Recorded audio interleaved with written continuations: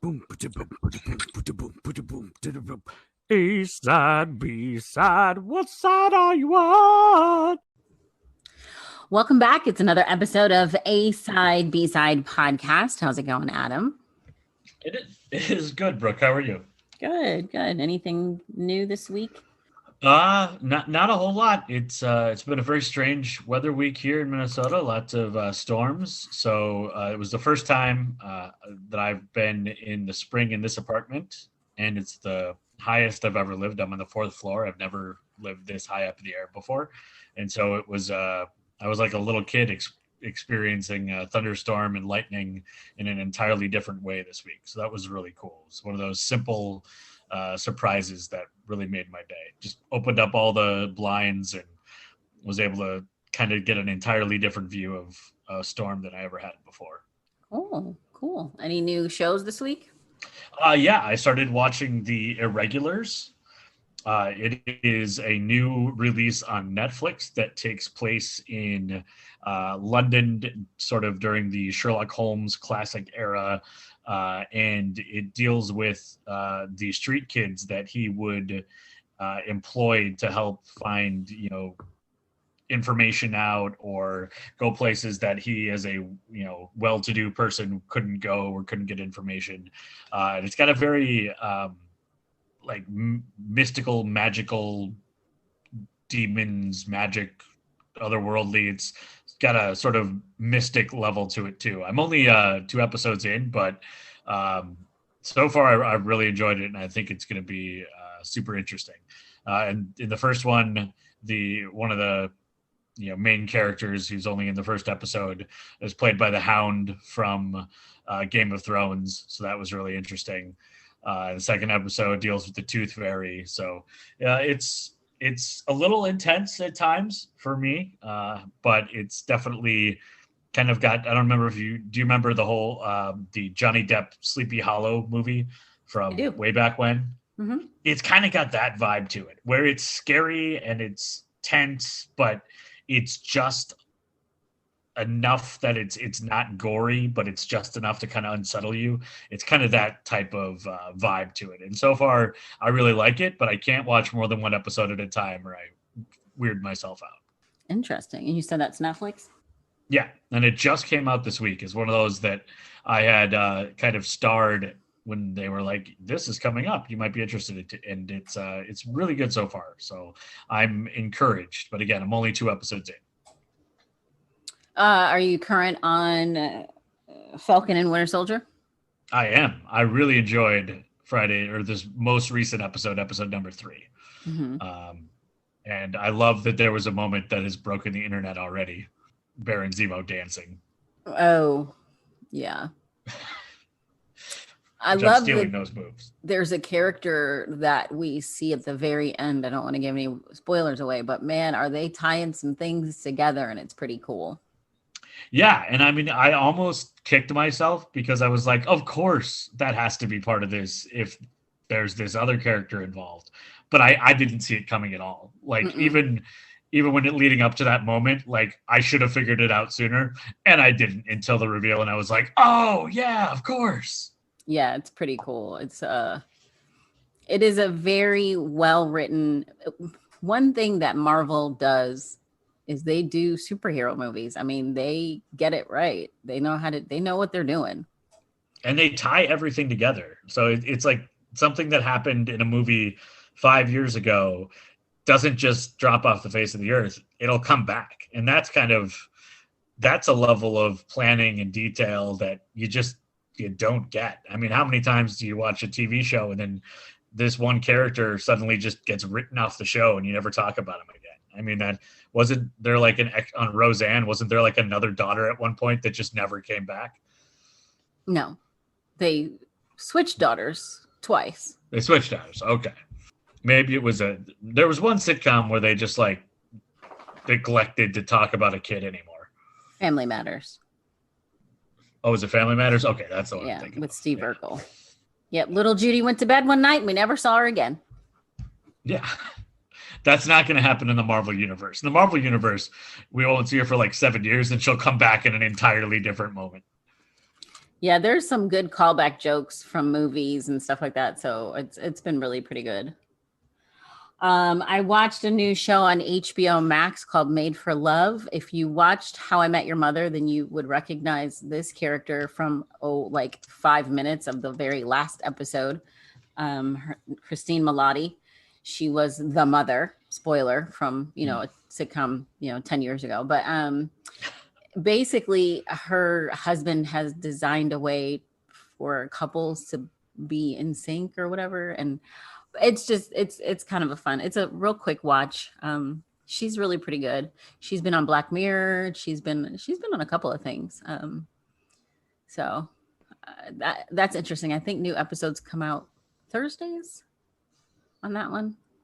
So that's really the only thing new I've watched this week. I've just been busy doing lots of other things because it's been nice weather and stuff like that. So yeah, it's spring and summer's coming, and it's feels like there's a lot more and I don't know how things are there in Kentucky, but a lot of people up here in Minnesota are getting their shots, and you could tell that people are starting to go out. Things are slowly but surely kind of reawakening, and it's very fitting for spring. It definitely feels like we're coming out of hibernation a little bit, and we're little blades of grass that are reaching towards the sun. I want to say thank you to some of our listeners.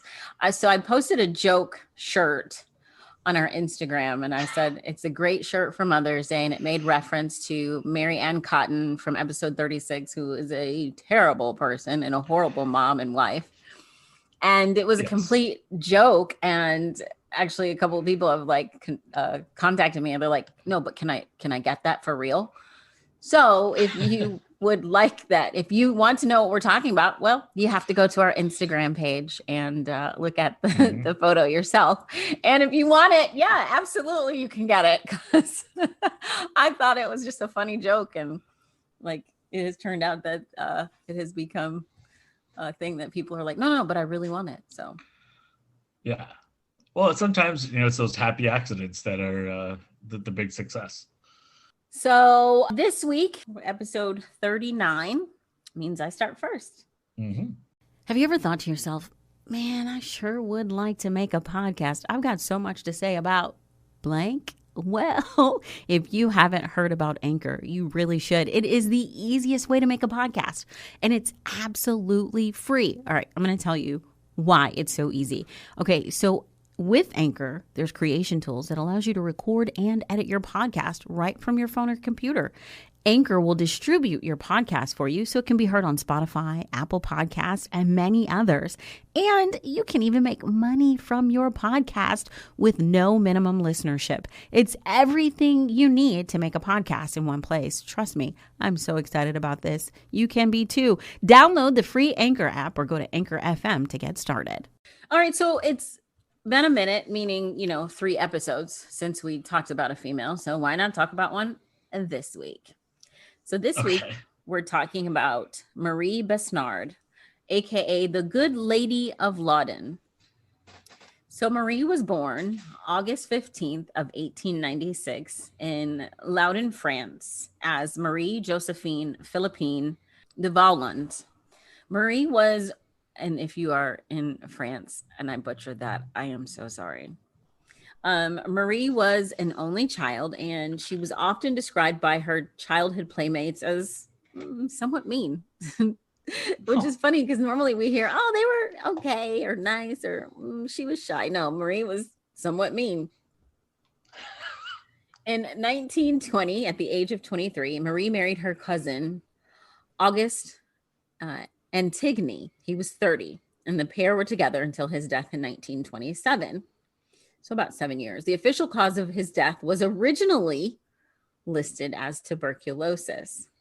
Less than 2 years later, Marie is married yet again.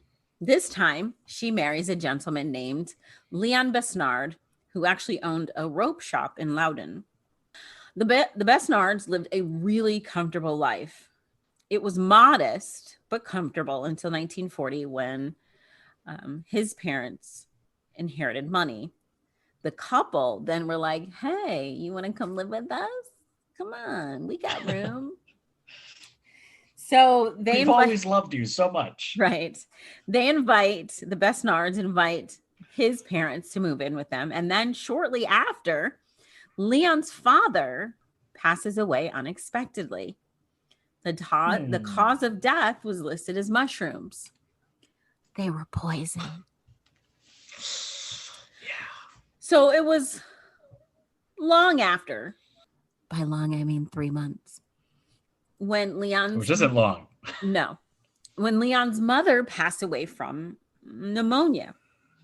So the estate, of course, is left to Leon and his sister Lucy. It was supposed to be split evenly, but, well, shockingly, Lucy had an untimely passing that was attributed to suicide a few months after the death of her mom. And I guess at that time, that classic, yeah.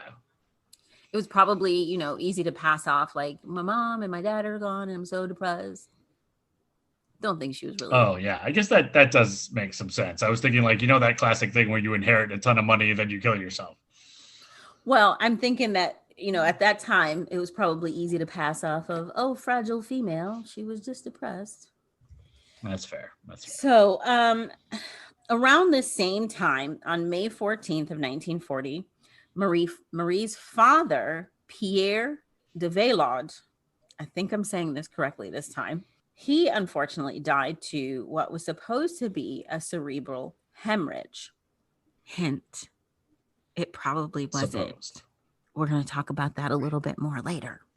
This death added to the couple's ever-expanding bank account.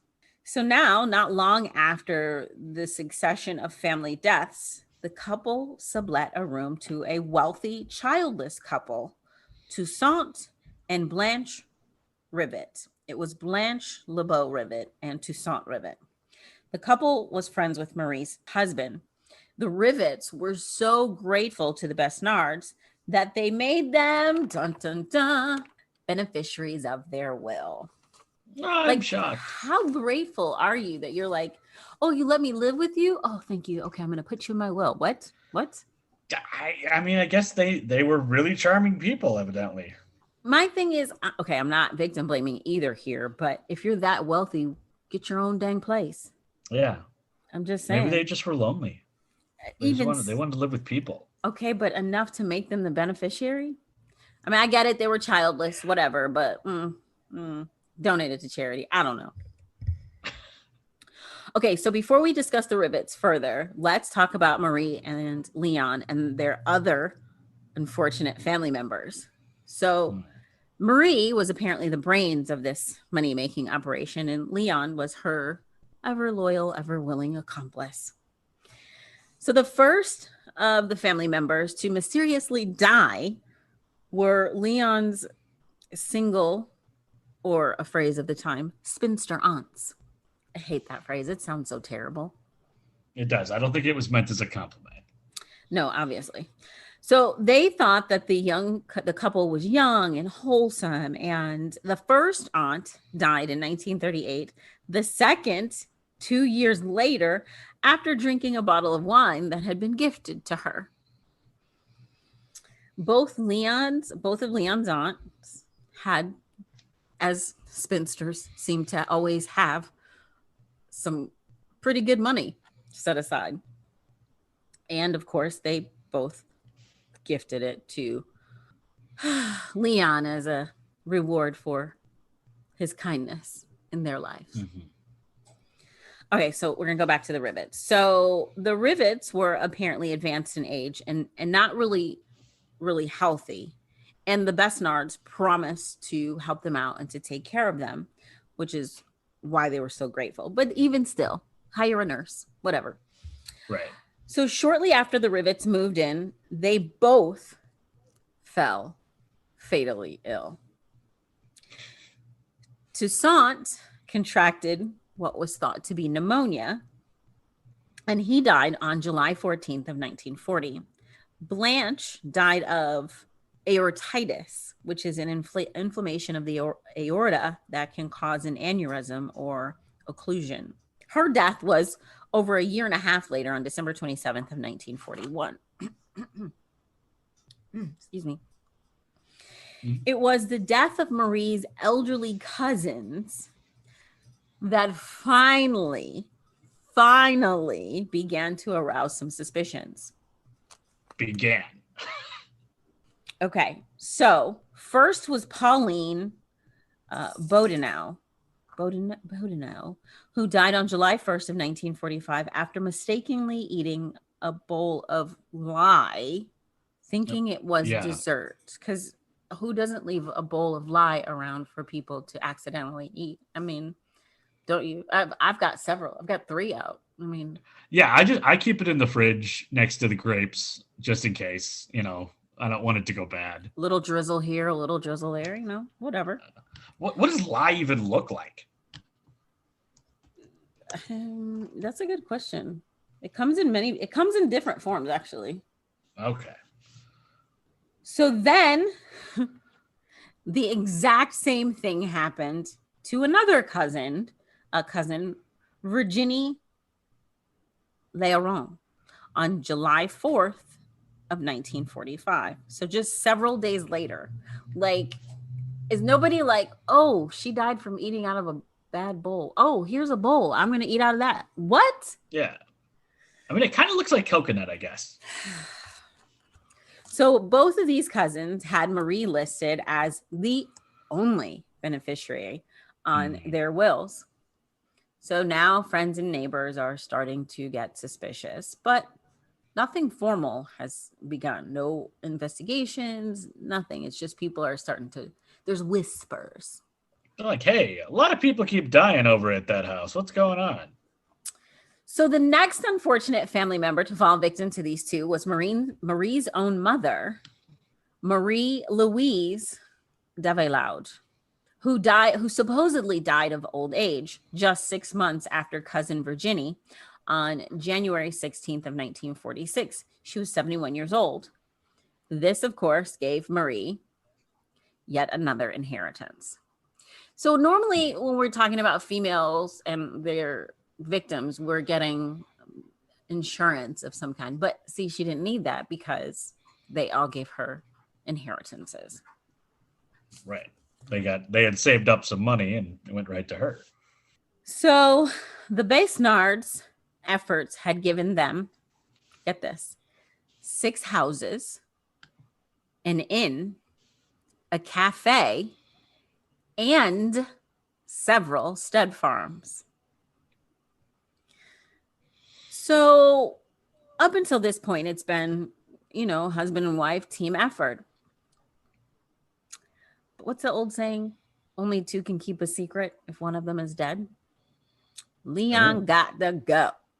Leon was not safe from Marie's grasp. He found himself engaged in an affair with a woman.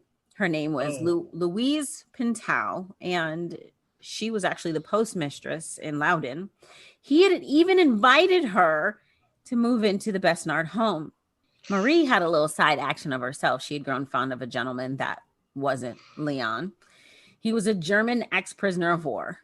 Leon believed that he was being poisoned. So he even remarked that she had served him soup in a bowl that already had another liquid in it before she put the soup in it.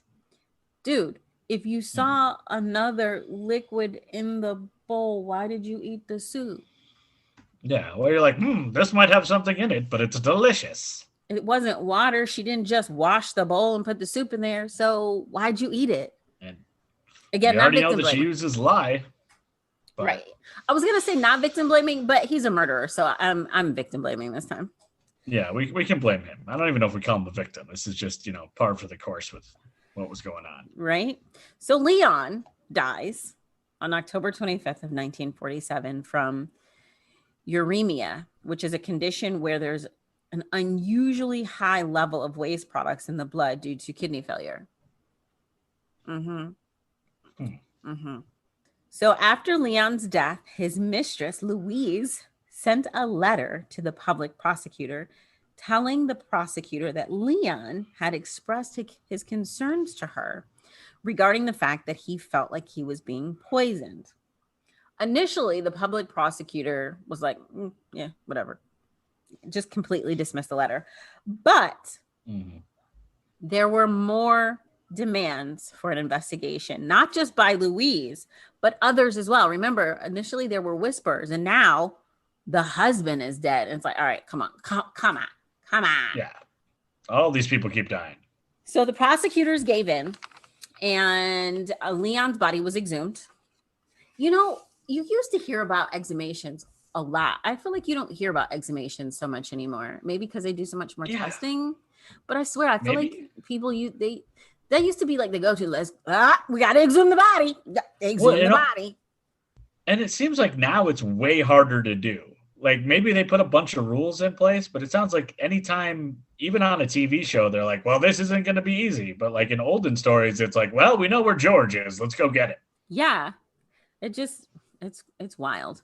So, like I said, it was due to all of the attention. There was death threats sent to some of the local gossips. Louise's house was broken into, and all of the gifts that had been given to her by Leon were destroyed. Other accusers were forced to leave Loudon after their homes were burned down. So it's like, all right, we got to do something. So again, Leon's body was exhumed on May 11th of 1949. An autopsy of Leon's body showed that he had ingested large amounts of, can you guess? Lye? No. What's another go-to for women? Arsenic. Yes. He had ingested large amounts of arsenic over a period of time. This led to the exhumation of other bodies and the discovery that, well, there was a lot more going on. So Leon's parents, his sister, the Rivets, Marie's cousins, her first husband, mother, and father had all ingested arsenic. Marie was arrested and charged with 13 counts of murder on July 21st of 1949. The only thing that makes this story a little different is she didn't have any children. There was no children involved this time. Yeah, which is kind of crazy because they had all that money. Maybe that's why they kept taking people in. They were like, oh, well, we don't have kids, so we can take these older people. Well, that's probably why they didn't have kids, because they had all that money and wanted to spend it on themselves. That's fair. So Marie's first trial began in February of 1952. Forensic surgeon Dr. George Baraud, I am totally butchering these French names, and again, I apologize. He was the one who discovered 19.45 milligrams of arsenic in Leon's body. In Dr. Baraud's autopsy report, it showed that each victim had been poisoned slowly over time with arsenic. The abnormal presence of arsenic were confirmed by Professor Frederick Joliet Curie. So Dr. Baraud had difficulty explaining and defending his finding under examination from Marie's attorneys. Her attorneys also accused the lab of mishandling some of the evidence, and they presented their own evidence that said the arsenic in the bodies could have came from the soil. You know, it's in the soil in the cemetery where they're buried. How can you put that on my client? She didn't do anything. It just seeped into their bones. Whatever. Through the casket. So, unable to come to a verdict, the trial was delayed and Marie remained in prison until 1945. Again, the courts were unable to come to a verdict and they delayed. Again, this time allowing her to post bond. She was not recalled until 1961. Now think about that. She was initially arrested in 1949. Trial delay. She's released. She doesn't go back on trial till 1961. It's a long time to spend that money. Whew. This time, the trial ended with a verdict. More than 11 years after being arrested, Marie Besnard was found not guilty on all charges. on December 12th of 1961. It only took the jury 3 hours and 25 minutes to deliberate. She died an absolutely free woman in 1980, presumably from natural causes, but she hasn't been exhumed, so we don't know. Well, she didn't have any kids that would grow up to kill her, so that maybe that's why she didn't have kids. Right? I feel like it should be noted, at least in my opinion, with the advances in technology and updates in legal proceedings, if this case occurred today, 100%, in my opinion, she'd be convicted. Why did it only take 3 hours for the jury was just like, nope, she didn't do it. Let's get lunch. Basically. It's been 11 years. Oh, well, who knows? Maybe they were right. And I'm sure a big part, people get nervous public speaking. It's one thing being a brilliant scientist in a lab, but then you're in front of people trying to explain it. If you've ever tried to explain a particular thing of your job and you try to dumb it down, sometimes you're like, so I hit the button and then it makes a noise. And when I do that at work sometimes, I mean, I've been doing it for a long time, but every once in a while you just are like, I hit the button and then the music and then talking and then yeah. It happens. People freeze. Yeah. Not everybody, and people are notoriously bad witnesses, like especially eyewitnesses. We don't remember what we think we remember. Yeah. So I think it was just an issue of the doctor just not being able to explain in layman's terms the arsenic in the bodies. In 1986, the television movie L'Affaire Marie Besnard, or the Marie Besnard Affair, won the Sept d'Or French Television Award for French actress Alice Sapritch. She received the Best Actress Award in the role of Marie Besnard. Director Yves-Andre Hubbard won for Best Made TV Movie, and Frederic Potclair won for Best Writer. In 2006, the television movie Marie Besnard, and I'm totally going to say it wrong, Les Empoisonneuses, or Marie Besnard the Poisoner, ended up winning an Emmy for Muriel Robin as Marie Besnard. English historian Richard Cobb depicts a sympathetic version of Marie in a lengthy essay in his book called about French life called A Second Identity that was written in 1969. But there you go. That is the story of Marie Besnard, who is accused of killing 13 people, including her husband, her parents, his parents, her sister-in-law, and some good friends, and completely got away with murder. There you have it. That, my friends, my dear desktop detectives, that is your B-side for this week.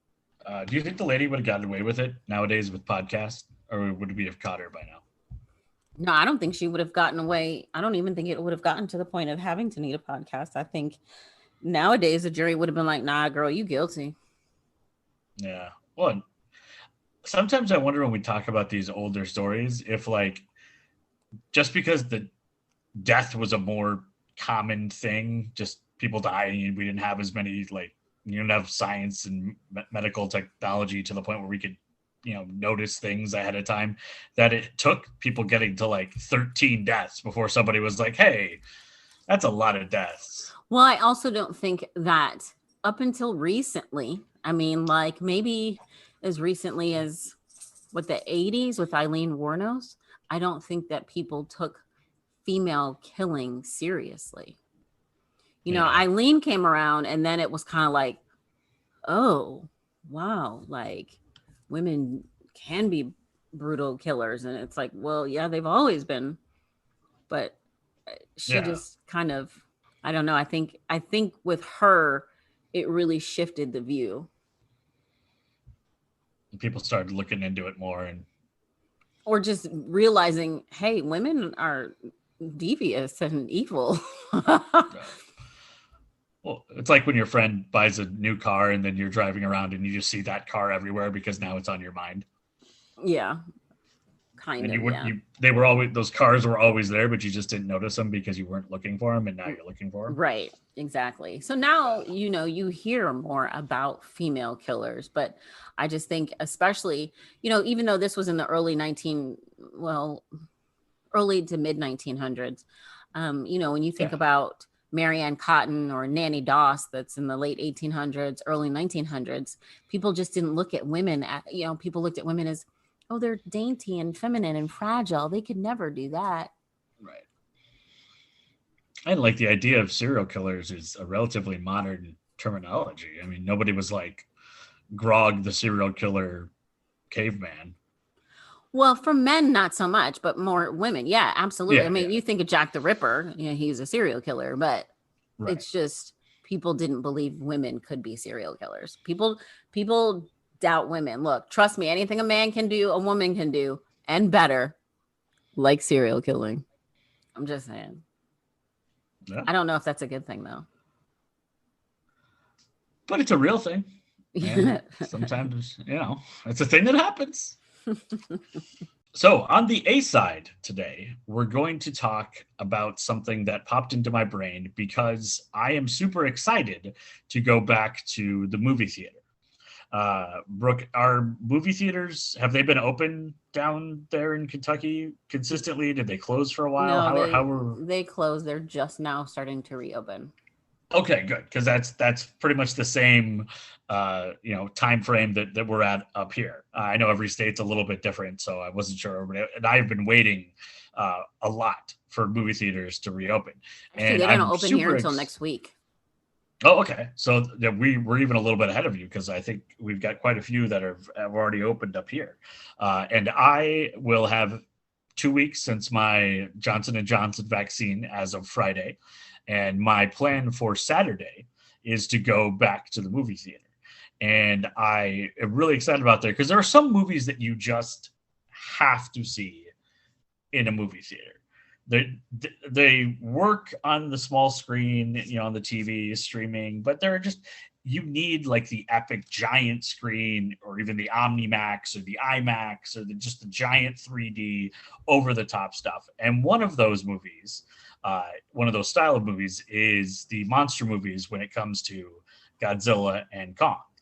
And just a couple of weeks ago, well, I think it's a week ago now, at the end of March, the fourth Godzilla Kong Monsterverse movie came out, which is finally the Godzilla versus Kong, which they've been building to for 4 different movies. And I'm sure I would enjoy it on the small screen, but I've seen all the other ones in the theater. And so on Saturday, my hope is to go and see the sort of one that they've all been leading up to with Godzilla versus Kong. And as I started to think about that, how you've got these movies that have come out over the span of 7 years, and they have led to this one moment, it really reminded me, and this also because we mentioned Falcon and the Winter Soldier, which is out, of how the Marvel Cinematic Universe was really quite unique in its scale and tying everything together, like we mentioned with the reveal at the end of episode 3, where I didn't even see that character or that plot line coming back in, and it came back in because they're so good at bringing all those things together. But that's not something that has always been done well. And I don't know that any movie cinematic universe has ever done it on the scale of the Marvel Cinematic Universe. So I decided to start looking at some of the different cinematic universes and figuring out which ones worked, which ones didn't, which ones I'd completely forgot about. And of course, this, as many of the A-sides do, will end with the top 5. Because I always used to love the David Letterman top 10 lists, but 10's way too long for a podcast, so we'll just do 5. So we will end with the top 5 cinematic universes, in my opinion. Universi at the end of this A side. But this all started because of Godzilla versus Kong, which has come out this weekend. And I knew that there were these movies that were building towards this sort of giant Royal Rumble movie, but I hadn't really thought too much about them. And I was like, I enjoyed them, but had they been a success? So I started to dig in, and the 4 monster universe, or the monsterverse movies as they are called, starting with Godzilla in 2014. Then it was Kong Skull Island in 2017. There was Godzilla King of the Monsters, which came out in May of 2019. Then, of course, the big battle royale, Godzilla versus Kong, which has just come out last week. Turns out they were actually super successful. I thought maybe I was the only one who loved them because I wasn't really paying attention to the international box office. They did pretty well in the US. I mean, Godzilla in 2014 grossed over $200 million in the US alone. But they've done way better internationally. Maybe, that is part because Godzilla and Kong are international characters. They're not like Captain America, who is very much a one country centric character. Godzilla and Kong are all over the world, and they also did not originate as an American story. So internationally, Godzilla made $328 million for a worldwide total of over $500 million, $529 million. Kong Skull Island, which I thought of the 4, I didn't really enjoy that much, but it's probably because I'm more of a Godzilla guy than a Kong guy. I'm not sure why. It grossed even more worldwide, almost 400 million, even though it took in less than the US at 168 million. It came in worldwide at 566 when you combine both the US and the international markets. Godzilla King of the Monsters, which introduced Millie Bobby Brown as one of the main characters who connects with Godzilla. That one barely snuck over $100 million in the US. So maybe that impacted why I thought it was not as big a success, but still made almost $300 million internationally and almost $400 million worldwide. So in those 3 movies alone, you've got almost $1.5 billion worth of gross, which is a pretty impressive total. And then Godzilla versus Kong, which hopefully I will see on Saturday, in its first week alone, has made over almost $50 million in the US and $237 million internationally. So in 1 week of US release, and I'm not sure how long it's been released elsewhere, maybe it was released earlier in different countries, but it's almost made $300 million already. So you've got 4 movies in a very successful monsterverse, which have almost grossed $1.8 billion, which has to put the Godzilla monsterverse, Godzilla Kong, Mothra, the whole monsterverse up there in terms of successful shared universes over the last few years. And then I started to think of some of the unsuccessful ones. And one of the frustrations for big comic book fans is we've had this amazing, successful, integrated, well-designed, as you mentioned, Brooke, where they seem to be able to take, a joke from a movie 5 years ago or a line or a throwback and meld it all together in this intricate weave and tapestry of storytelling that the Marvel Cinematic Universe can do crazy things like have WandaVision, which is seemingly a sitcom about 2 superheroes and make it work. And then they can do classic action, more like the Falcon and Winter Soldier, and it all works together. As good as Marvel has done with that, there's, of course, the disappointment for the DC Cinematic Universe and how it's never really worked. There have even been reports now that with the success of the Zack Snyder cut, then maybe they will take that momentum and try to create more of an integrated universe. But for the last few years, you've seen, successful one-off movies like Wonder Woman was a very good movie. The first Wonder Woman was great. The first one was great. And it didn't need any connection with Batman or Superman. It was just a really good movie. I loved Shazam. With Shazam was wonderful. Yeah, that was what the guy from Chuck, Zach Braff. Is it Zach Braff? No, it's not. It's not Zach Braff. It's now I can't think of it. If you hadn't said it, I would have been able to tell you. Yeah, it's not Zach Braff because Zach Braff was the guy from Scrubs. Right. So Eli. I'm way off. Levy. Gee whiz. I'm just throwing out names here. Oh, you're really close though. Zachary Levi.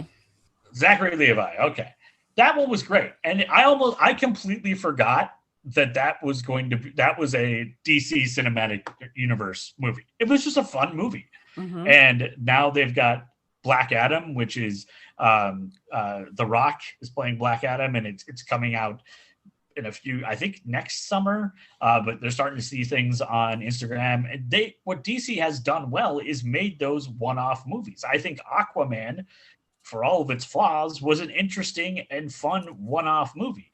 But when you take all of these really powerful characters and good stories and try to jam them into one thing, it just bleh.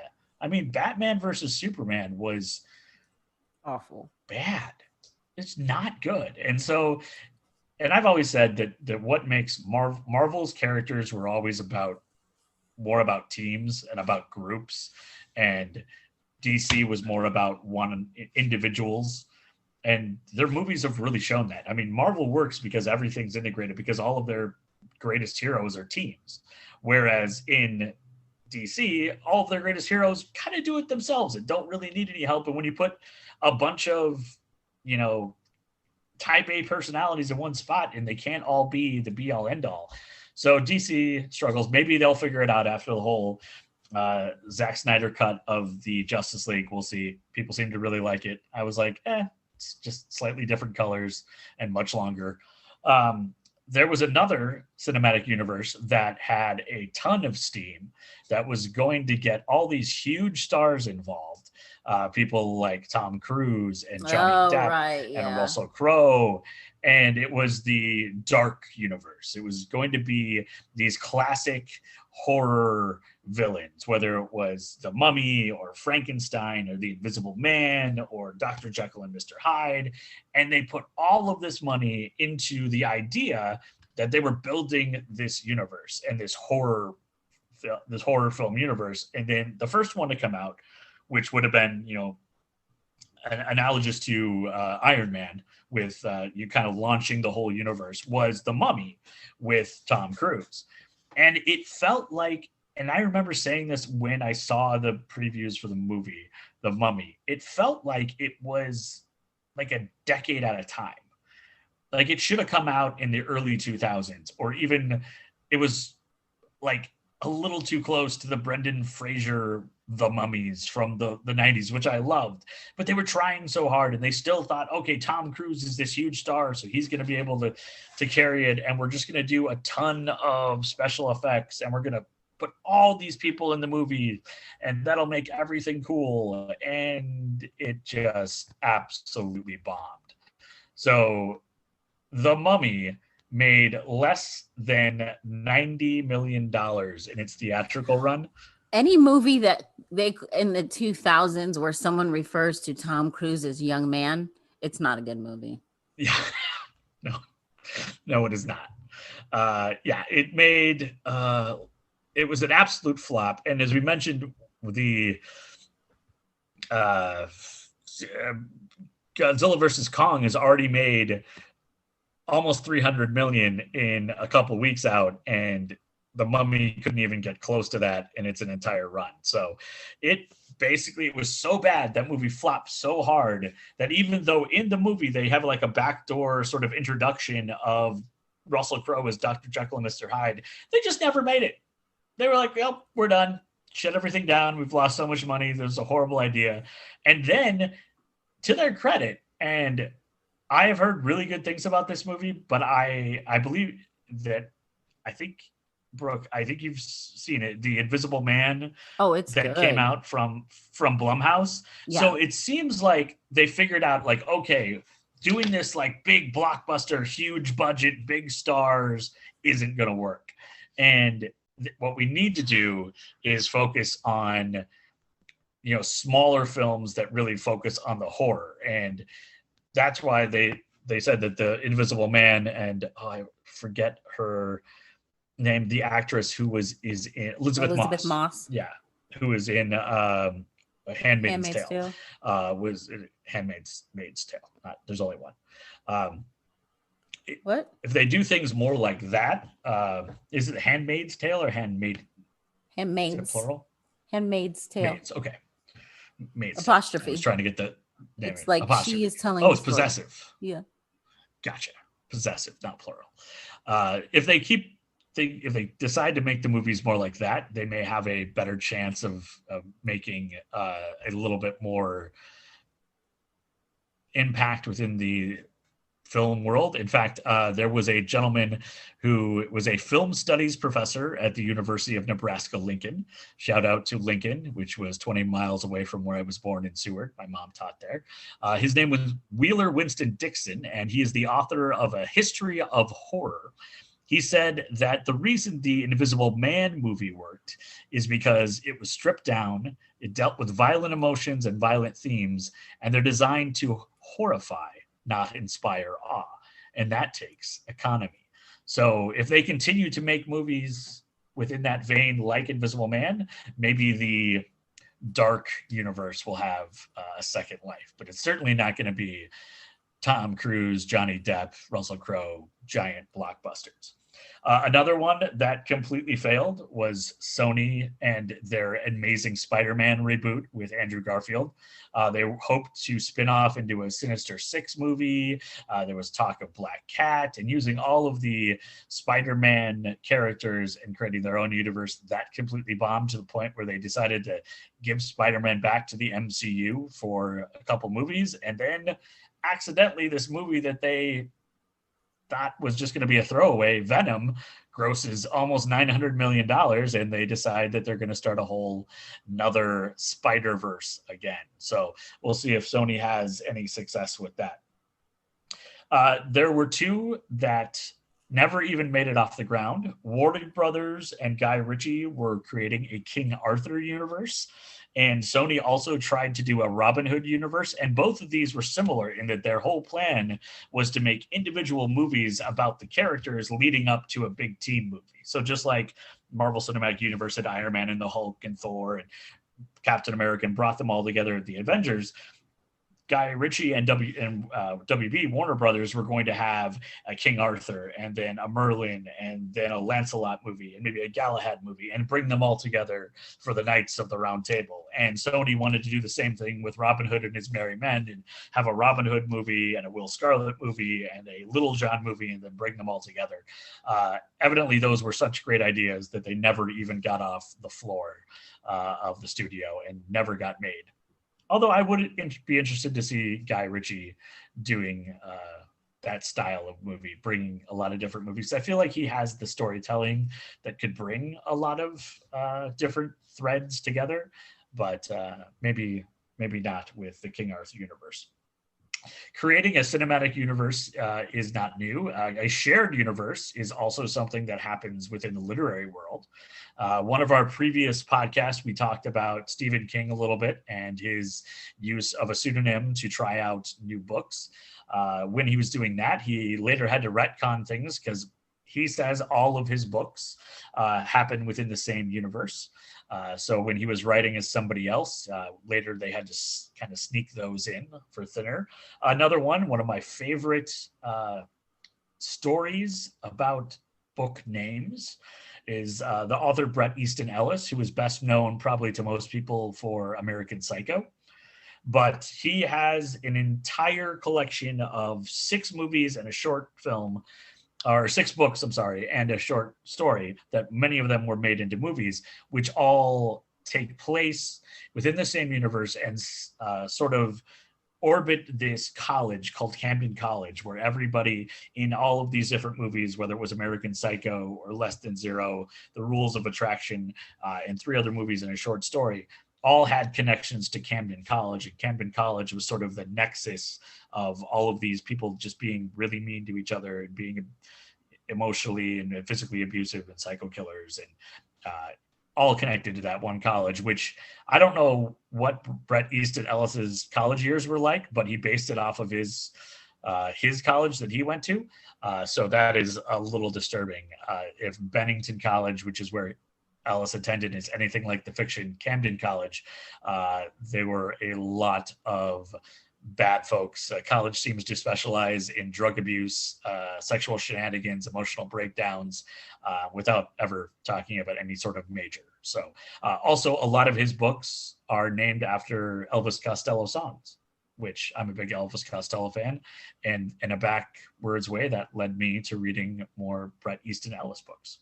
So that brings us to the top 5 shared cinematic universes in Adam's opinion. This is only in Adam's opinion. There is no actual scientific basis for this, but I did look up where the idea of a shared universe came from, so I could make sure that my 5 fit the criteria. So the idea of a shared universe first came in 1970 by a historian of comic books named Don Markson. And he had 5 different criteria, and these were specific to comic books, so you have to stretch them a little bit for movies. But number 1, if characters A and B have met, then they are in the same universe. If characters B and C have met, then transitively, A and C are in the same universe. So if A meets B and B meets C, then A is just 1 degree removed from C, so they must be in the same universe. Characters cannot be connected by real people. Otherwise, any movie that had like a president like Kennedy in it would have to all happen in the same universe, and that simply wouldn't work very well. Characters cannot be connected by characters that do not originate with the publisher. So otherwise, it could be argued that Superman and Fantastic Four were both in the same universe, as they both interacted with a character called Hercules, and Hercules, being a classic mythic character, is in a lot of different publishers, so they can't clearly be the same. Hercules, kind of a fictional take on that, can't be a famous real person. And then fictionalized versions of real people can be used as connections, say like Jerry Lewis, evidently Jerry Lewis had his own comic book at one point called The Adventures of Jerry Lewis. But he was distinct from the actual real Jerry Lewis because he was a housekeeper with magical powers. Specific versions of public domain fictional characters, such like Hercules, could be used within the Marvel universe, or Robin Hood in DC Comics could be used to connect people as well. And then his very last one was characters can only be considered if they appeared together on panel in a story. So I take that last one because it's very comic centric to be mentioned or to have a connection within, so like Camden College in the Bret Easton Ellis universe, or the Spider-Man in some of the Amazing Spider-Man movies. So top 5 shared cinematic universes as according to Adam. Number 5, and I completely forgot about this one, which is sad because I probably have seen Mallrats. It's probably in my top 10 most watched movies of all time, but it is the View Askew universe, the Kevin Smith universe, where he created, first starting with Clerks and Mallrats and Dogma and Chasing Amy. All the Jay and Silent Bob movies have all been connected in the same universe, and you'll have characters, most notably Jay and Silent Bob, who appear in almost every movie except I think they appear in every single movie. Or are mentioned as the comic book characters, because in Chasing Amy, Blunt Man and Chronic are the comic book characters that Ben Affleck's character is working on, and then they are the ones that become the movie for Jay and Silent Bob Strike Back and that sort of thing. So that one, which has continued to expand, there are Clerks 3, and the next Mallrats movie, which I think it's like 2 years down the road because everything got bumped back because of the pandemic, will continue to expand on the universe. Number 4, another one that I hadn't thought about in a long time, was the Aliens and Predator versus Aliens versus Predator connected universe. They both started out as completely independent things, with Aliens, Alien 2, Alien 3, and Predator 2. And then the studio decided to mash them together with Aliens versus Predator, and have had several incarnations of that, and creating this entire universe where you've got these 2 different alien species, which are apex predators, and eventually collide, not unlike Godzilla and Kong, kind of bringing it all back together with a battle royale. Number 3 of the all-time shared cinematic universes, and this may offend some of our listeners, with it being number 3, is Star Trek. I think Star Trek did an amazing job with all of the different ways that they have told stories, whether that was starting out with the original series or then The Next Generation, Deep Space Nine, Voyager. They've gone on to do Enterprise, which was a prequel to everything, and they've even got a cartoon now called Decks Below, which is on Paramount Plus, which I have not dived in, but they're expanding that.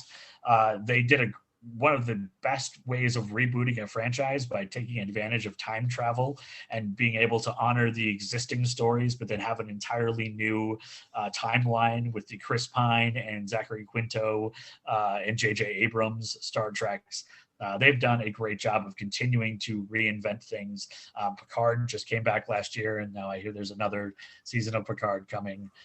Really interesting way to continue to expand the universe and always find new ways to tell stories, with it being all connected, but never solely existing around one family or one storyline. Number 2 does tend to exist around one family and one storyline, but they do it very well and did it so well at the beginning and have done a much better job over the last few years of expanding that reach of the universe and telling stories that happen within the universe without focusing on that family. And that is, of course, Star Wars, which you got the 9 films that deal with the Skywalker saga. But really, if over the last probably 10 to 15 years, the best, in my opinion, some of the best work that's been created are the stories told on the periphery, whether that is The Mandalorian, which has been a huge success, or Rogue One, which is just an incredible war movie. And it feels like it could be similar to like Battle of the Bulge or Bulge or Dirty Dozen or Sons of Iwo Jima. It is a war movie, a spy movie, a caper, just happens to be in space. I mean, Solo, everybody ragged on it, but I enjoyed it. It's a heist film. And you look at all the cartoons and how they've expanded the world, whether it was Clone Wars or Rebels or some of the games that they've gone into and all of the books that they've created. I'm actually reading right now a new one called Star Wars, The High Republic series, Light of the Jedi. And it goes back thousands of years before any of the Skywalkers were involved or even Palpatine, and talks about like the height of the Jedi and kind of builds back that lore as well. So it's done an amazing job of creating. There have been some missteps. They had an entire expanded universe that when Disney bought them, they just deleted. And a lot of that, they call it legends now. It's like the Apocrypha, the books that were taken out of the Bible, but in some Bibles just get stuck at the back, even though, they're not considered inspired works. They did the same thing with some really great stories in the Star Wars universe. And I wish they hadn't done that, especially the Timothy Zahn trilogy, which is amazing. Starting with Heir to the Empire. Those books should have been the next 3 movies, but no one had the guts to make them. And of course, then number 1 in the top 5 shared cinematic universes of all time, did things on, and it continues to do things on a scope that has never been seen before, with a connection and ability to weave stories together, callbacks, jokes, creating a depth of a universe that has not really been seen, especially on the big screen for that many movies. And that's, of course, the Marvel Cinematic Universe. And I know, and I've been talking with some friends who have not jumped in because it's like, oh, there's just so many movies and I wasn't big into comic books and I don't know these characters. And you just got to pick one and go. You can jump in at any point. If that's Falcon and Winter Soldier, even though some of these callbacks are great for the people who are watching, you can watch and enjoy the series. There was no point in the entire Marvel Cinematic Universe where you couldn't jump in and be fine. They do a great job of bringing you up to date and letting you know what's going on and making things accessible. And to have that happen over 23 movies and how many TV series and all the, extra scenes at the end of movies is something I think we'll probably never be able to see again, to have this level of integration. And it amazes me that they continue to do it so well. And at some point, they've got to make a misstep. And I don't know when that's going to be. And the longer they don't, the less likely it seems that they will. So it's kind of amazing. So those are my top 5 shared cinematic universes. And if you've seen Godzilla versus Kong already, and you have anything to let me know about it before I go this weekend, this comes out on Friday. I'm going on Saturday. Send us a message immediately so I can know what to expect, what to look for on Saturday when I go to Godzilla versus Kong. Mothra kills everybody. No! I'm just kidding. Especially all the sweaters. All the sweaters. Just eats them to death. We know you talked about Marvel Cinematic Universe, and I always find this really funny. The very, very first Marvel movie ever, Howard the Duck. Oh yeah, because it's canon. Mm-hmm. Because he's in Guardian of the Galaxy. Yeah. Mm-hmm. Wow. Yeah, I don't know why I love that fact, but I used to love that movie, so that fact just cracks me up. Yeah, and the funny thing is that like it fits that kind of sort of quirky humor, like a little bit different. Like it fits, especially with Guardians of the Galaxy. Oh yeah. Yeah. Yeah. All right. Well, before we get out of here, I want to leave you with something that you probably don't think about. So today, on the B side, we talked about Marie Besnard, who got away with murder, basically. But many times, a lot of murders. But many times people don't get away with them. And in some states, they still have death row. And just because you're on death row doesn't mean that you, you don't have a sense of humor. And I found this article that just kind of made me chuckle, that at the most terrifying moment of your life, you still have a sense of humor. Mm-hmm. So some last words, some funny last words, last words by death row inmates. I thought that'd be, because she got away with murder. We got to have some kind of justice, right? Yeah. We have to have some denouement, some closing it up. So George Apple, who had been given the death sentence for killing a police officer in 1928, uttered this: "Well, gentlemen, you're about to see a baked apple." Well, it makes sense. Like, if you're on death row, you've got nothing but time to think. It's true. You're like, you got to be like, what am I going to say? Like, this is what my one moment. James Fry, who was the only prisoner executed in the United States in 1966, he was actually sentenced to life in prison for committing a first-degree murder, and then it was upgraded to death after he murdered a cellmate. James French. It's like that's not the upgrade you want to get. No, I think I said his name wrong. It's James French. He said, "How's this for a headline? French fries." But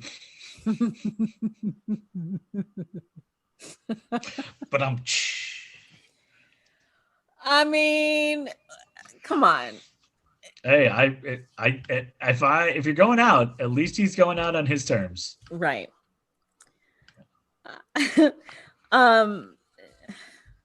Jeffrey David Matthews, who was scheduled to be executed by lethal injection on June 17th, 2010 for murdering his great uncle 17 years earlier. He says, "I think the governor's phone is broke. He hadn't called yet." Somebody want to check on that?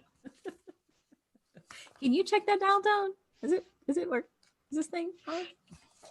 So it's just, when you are into true crime, you have a morbid sense of humor, as do most of these criminals. So I thought we didn't get justice with Marie Besnard, but at least we know these guys did have an ending, but at least they had something funny to say at the end.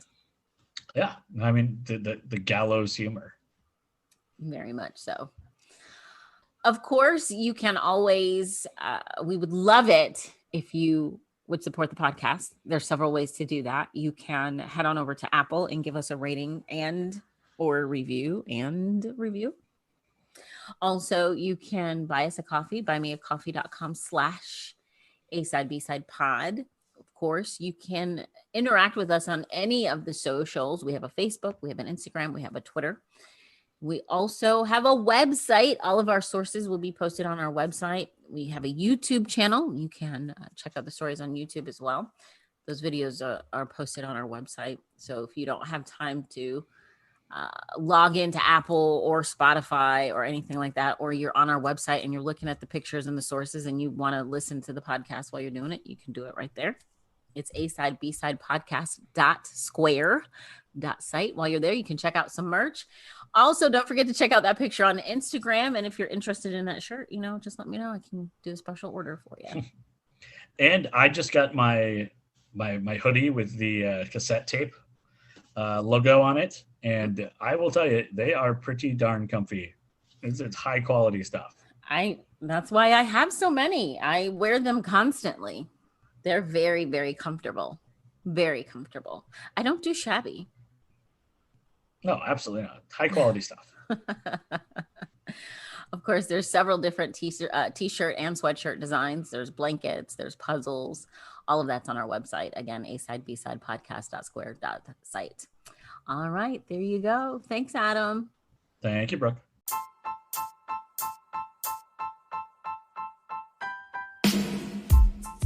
This is Kevin Armstrong, your host for Movie Battle. Each episode, we take two films and put a superfan of each against one another to decide which one is best. The only rule we have is that you come correct. If you're interested in being a guest on Movie Battle, please check us out on Facebook, Instagram, or Twitter.